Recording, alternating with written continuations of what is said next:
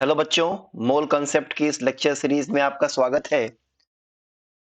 In fact mole concept जो है वो क्लास 11th में केमिस्ट्री का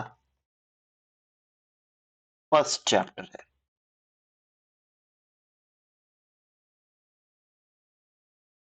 मोल कॉन्सेप्ट बेटा एक ऐसा चैप्टर है कि अगर आप मोल कॉन्सेप्ट चैप्टर को आप सही से पढ़ोगे तो क्लास 11th क्लास 12th की केमिस्ट्री में, इनफैक्ट स्पेशली फिजिकल केमिस्ट्री में जो भी सवाल है, जो भी चैप्टर्स हैं, वो आपका आसानी से बनेगा।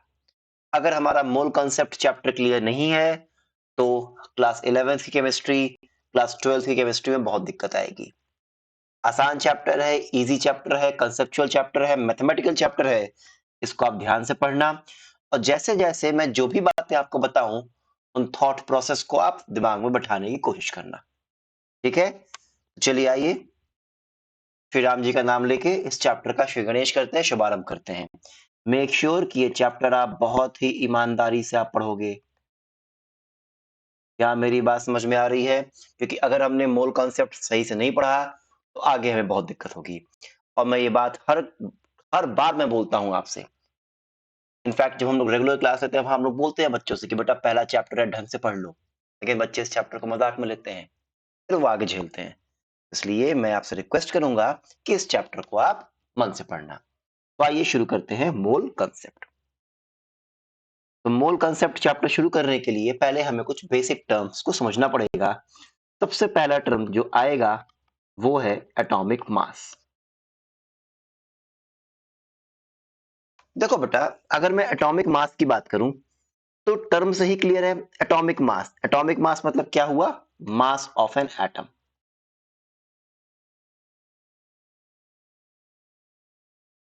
एक एटम लिया, उस एटम को मैंने वेइंग स्केल पर रखा और जो उस एटम का मास आएगा उसी को हम क्या बोल देंगे? Atomic mass. हालांकि आपको पता है एटम एक बहुत ही छोटी इंटाइटी होती है ना, तो एटम का मास उतना आसान नहीं है कि आपने एक तराजू पर रखा आप निकाल लोगे। उसके लिए स्पेशल टेक्निक्स होती हैं जिसको हम बोलते हैं मास स्पेक्ट्रोमेट्री। हालांकि ये टेक्निक्स क्या है ये आपको नहीं पढ़ना है। आपको बस ये जानना है कि एटम का मास क्या होगा, क्या वैल्यू होगी, ये जानना है आपको। तो atomic mass is nothing but mass of an atom. अब आप एक बात समझो, जैसे अगर मैं मास ऑफ हाइड्रोजन एटम देखूं बेटा एक्सपेरिमेंटली,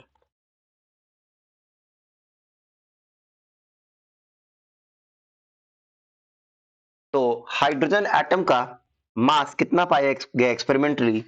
ये पाया गया 1.6736, कुछ आगे होगा, into 10⁻⁻24 gram.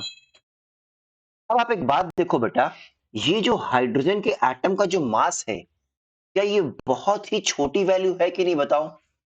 The mass of hydrogen atom is very very small. और हो भी क्यों ना, क्योंकि एटम्स खुद ही बहुत छोटे होते हैं।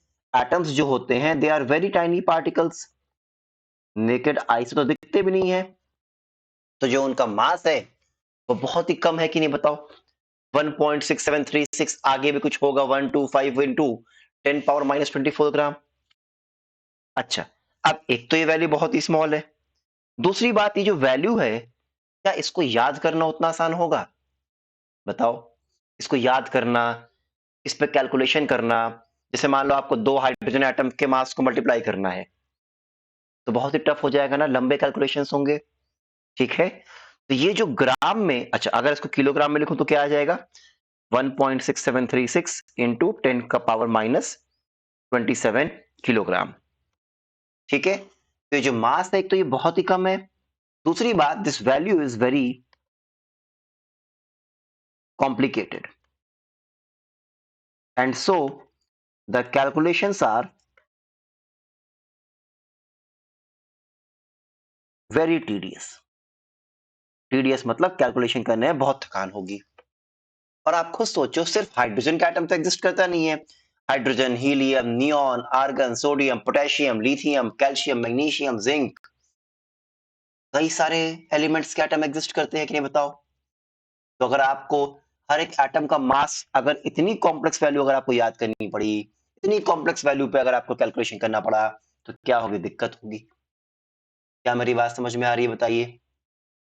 तो होता क्या है, जब भी कोई दिक्कत फेस होती है तो साइंटिस्ट लोगों की कम्युनिटी बैठती है, वो रिसर्च करते हैं, आपस में बात करते हैं कि मैं इस काम को ऐसे आसान बनाऊंगा, मैं इस काम को ऐसे आसान बनाऊंगा, और अल्टीमेटली वो एक फाइनल रिजल्ट पे पहुंचते हैं, है ना।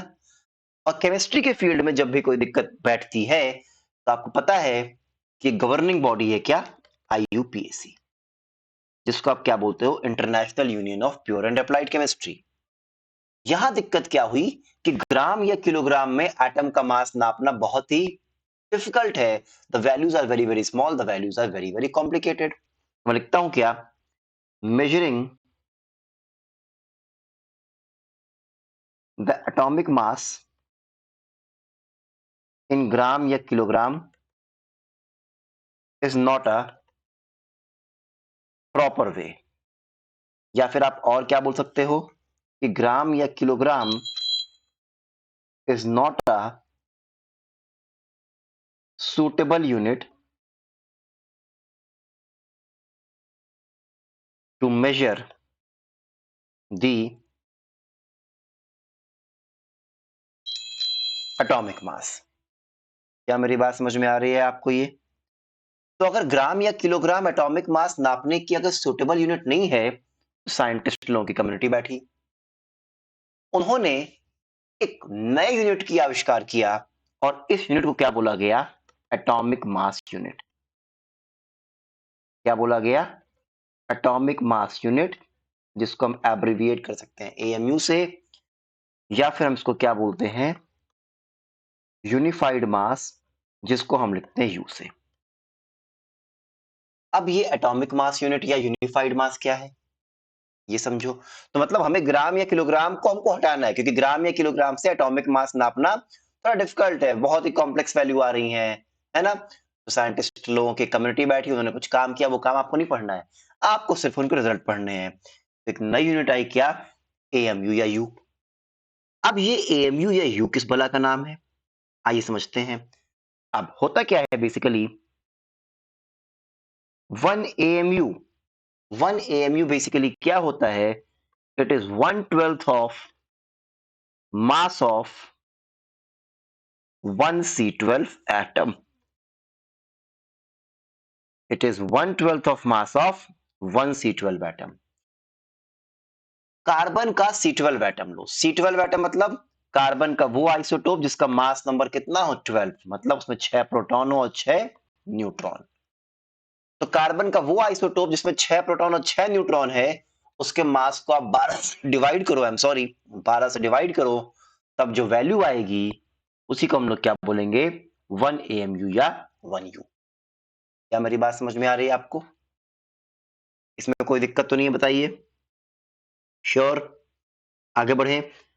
अब होता क्या है, एक्सपेरिमेंटली क्या पाया गया कि एक C12 एटम का जो मास होता है बेटा, वो अप्रोक्सीमेटली होता है 1.992648 इंटू 10⁻⁻23 ग्राम। ठीक है ना। देयरफॉर 1 AMU या 1 U क्या हो जाएगा, 1.992648 इंटू 10⁻⁻23 अपॉन 12।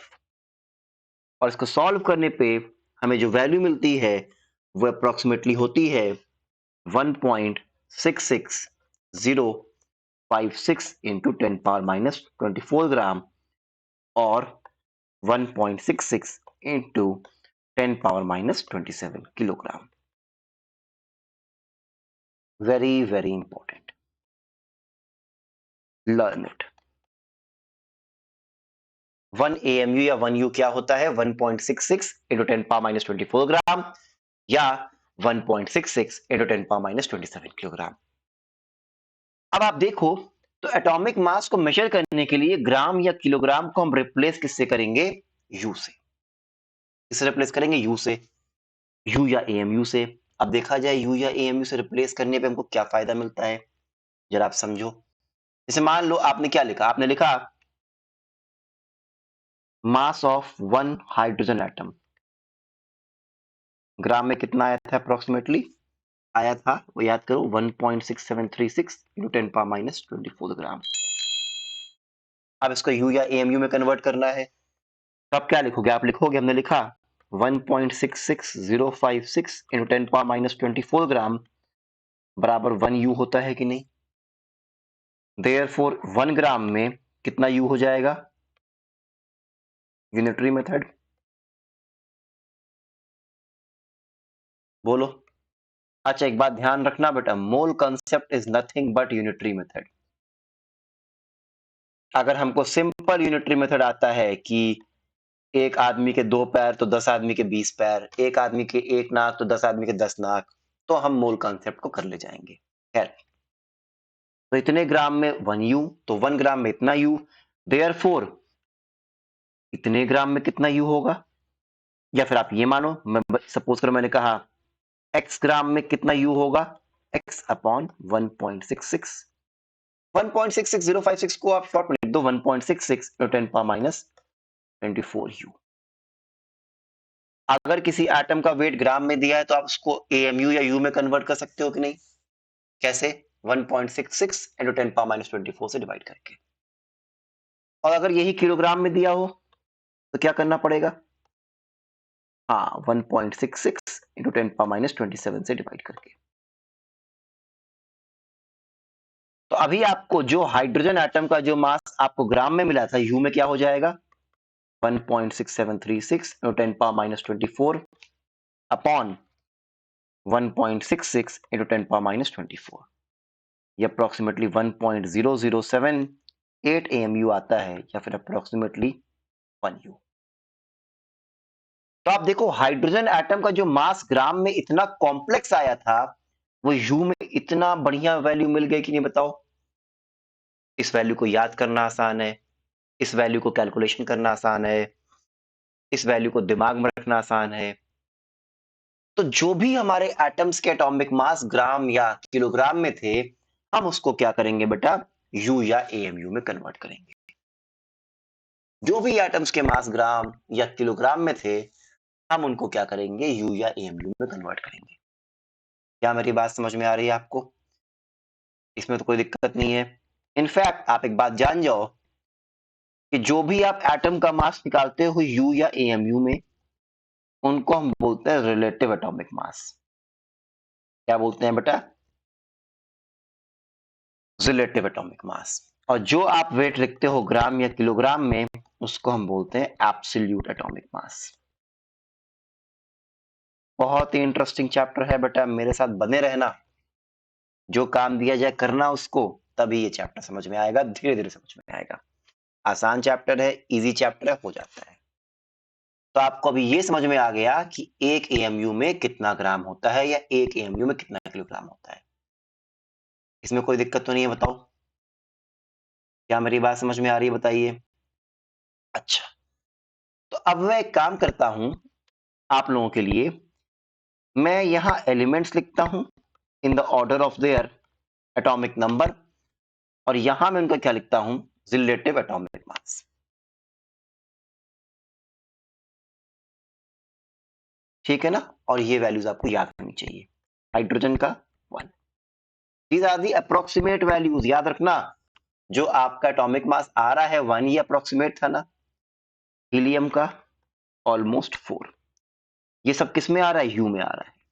अच्छा, अगर यही हाइड्रोजन का पूछ लिया जाए क्या एब्सोल्यूट एटॉमिक मास, तो क्या हो जाएगा? 1 into almost 1.66 into 10 power minus 24 gram. 4 you को अगर कन्वर्ट करना हो एब्सोल्यूट वैल्यू, तो क्या हो जाएगी? 4 इंटू 1.66 इंटू 10 पावर माइनस 24 ग्राम। ठीक है ना? Hydrogen, helium, lithium, beryllium, boron, carbon, nitrogen, oxygen, fluorine, neon. मैं लिखता हूं 7, 9, 10.8, अप्रोक्सीमेटली 11 मान लेते हैं। इसको टिक कर लो। 12 बताता हूं, 14, 16, 19, 20।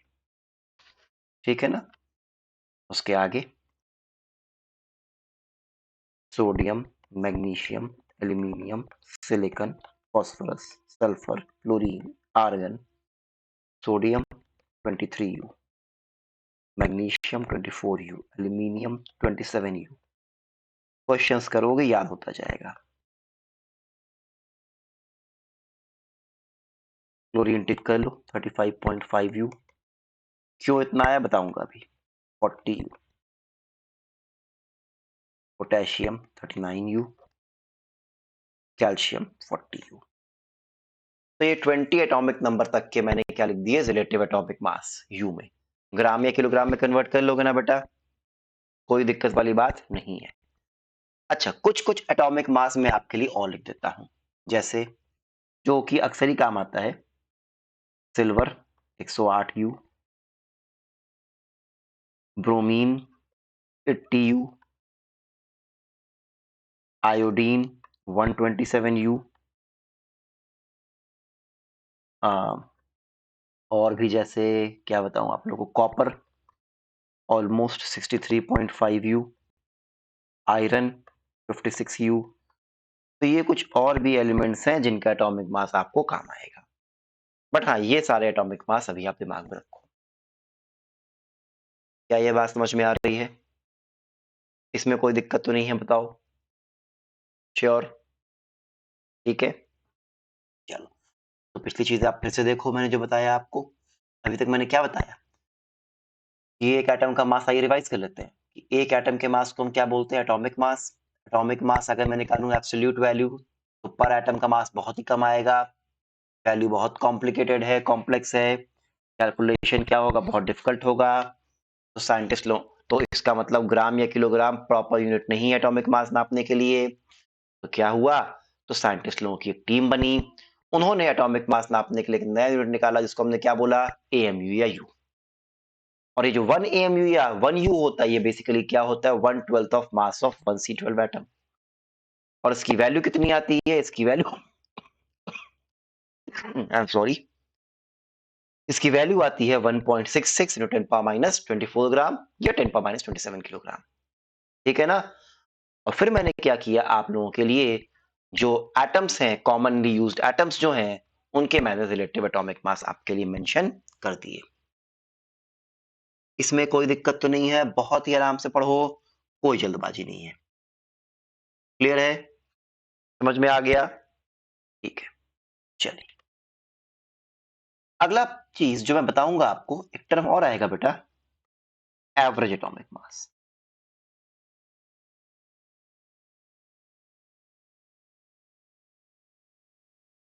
चलिए पहले आप इतना डाइजेस्ट कर लीजिए। एवरेज एटॉमिक मास के टॉपिक को मैं नेक्स्ट लेक्चर से कवर करूंगा। ठीक है ना। चलिए पढ़ते रहिए, खेलते रहिए, मुस्कुराते रहिए। That's it for today. Thank you all and a very happy learning. Thank you.